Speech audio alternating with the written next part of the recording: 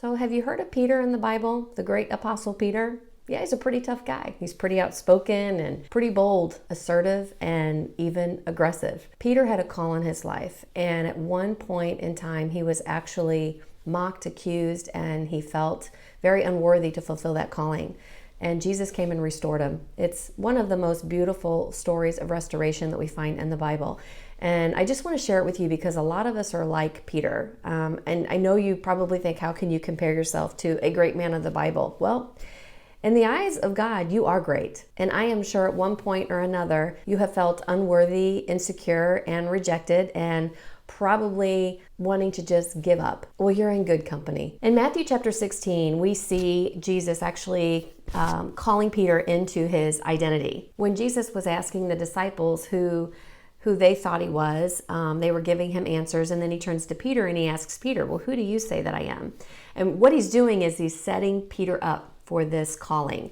And Peter says, well, I know who you are. You're the Christ, the Son of the living God. And he says, Peter, I just want you to know you didn't get this because, you know, your education, you know, how smart you are. You got this because it was revealed to you by my Father in heaven. Because you know this, because you have this revelation, you are going to be the one to start the church. Fast forward just a little bit, we see that Jesus is actually spending his last night with the disciples. And he's preparing the disciples and he's telling them, it's going to get bad tonight. And when it gets bad, you guys are going to get fearful and you're going to be scattered. And Peter responds real quickly and says, oh no, not me, Lord.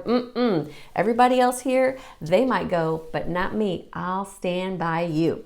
And Peter says that confidently because he knows that Jesus has already affirmed him and identified him as the leader of the first church. And Jesus responds to Peter and says, actually, Peter, you're going to deny me 3 times before you hear the rooster crow. And I can't imagine what Peter thought when Jesus said that, because Peter is on cloud 9. He is not aware at all of what's going to happen. When the soldiers came to get Jesus, they actually were bringing him back to the chief priest's courtyard. And in the meantime, the servants of the chief priest, they were outside in the courtyard as well. They were kind of huddled around some bonfires. And one of the servant girls of the chief priest recognized Peter and actually said, hey, aren't you one of them that was with Jesus? And Peter's like, no, not me, not at all.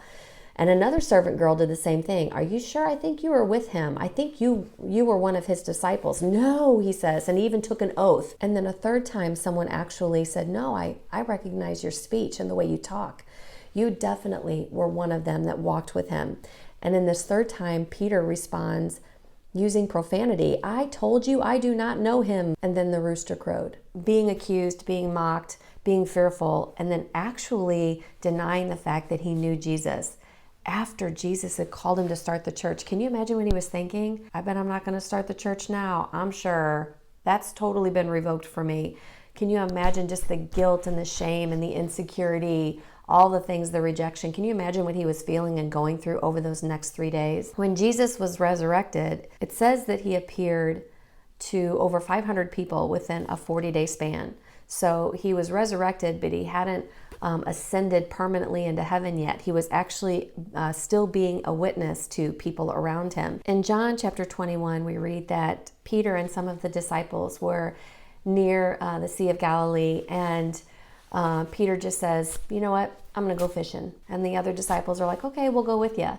Now, I just want to pause here because Peter used to be a fisherman. That was his family business. It's what his dad did. It's what he was raised learning how to do. It was his livelihood.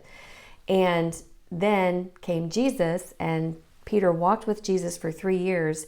And towards the end of that 3 years, Jesus gives him an identity. He gives him a calling. He gives him a purpose. What is Peter doing? I think I'll go back to fishing. Has that ever happened to you? I know it's happened to me. Boy, sometimes it doesn't take much for me to just want to give up and then just go back to doing the same old thing I was doing before. Not that that's not important, not that that wasn't good or anything, but I know better. Like, I know I was called into something new, something different. Just like you are. You're called into something new and something different. I know you know this, but sometimes the circumstances in our life attack our identity. Therefore, they attack our purpose and causes us to want to give up. Peter's out in the boat fishing with the disciples. There's a man on the shore who has a fire going, and he's roasting some fish on the fire. They realize it's Jesus.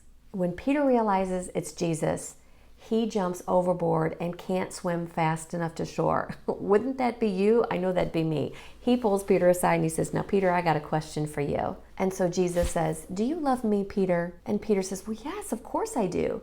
He says, then feed my sheep. And he asks him again, Peter, do you love me? And Peter's like, of course, Lord, I told you I love you. Then feed my sheep. And then he says it a third time. Jesus responded with, then feed my sheep, which back then meant teach them, shepherd the people, teach them about me, disciple them. Jesus wasn't trying to be convinced that Peter loved him. Jesus was trying to convince Peter that he knew that about him. In other words, Peter, I have not revoked your calling. I have not revoked your gifts. You are still who I called you to be. You still have a divine purpose and a destiny. I know what you did. I know why you did it. I know you were afraid. But that does not take away any portion of your identity. So the main things I really want you to take from this video. Number one, your pain is valid. You need to know that he hears you and he sees you, and he's not okay with your pain, and he wants you healed. Number two, hold that thing up to him. If it's something you said or did, or something that someone else said or did against you, hold that thing up to the Lord and ask him, what part of my identity has this thing stolen from me? So he can address it and show that to you. And then let him heal your wound and restore you, and walk out that process and walk out that journey with him. And finally, don't give up. Sit, listen, and be restored. What he has done for Peter, he will do for you. You are worth it.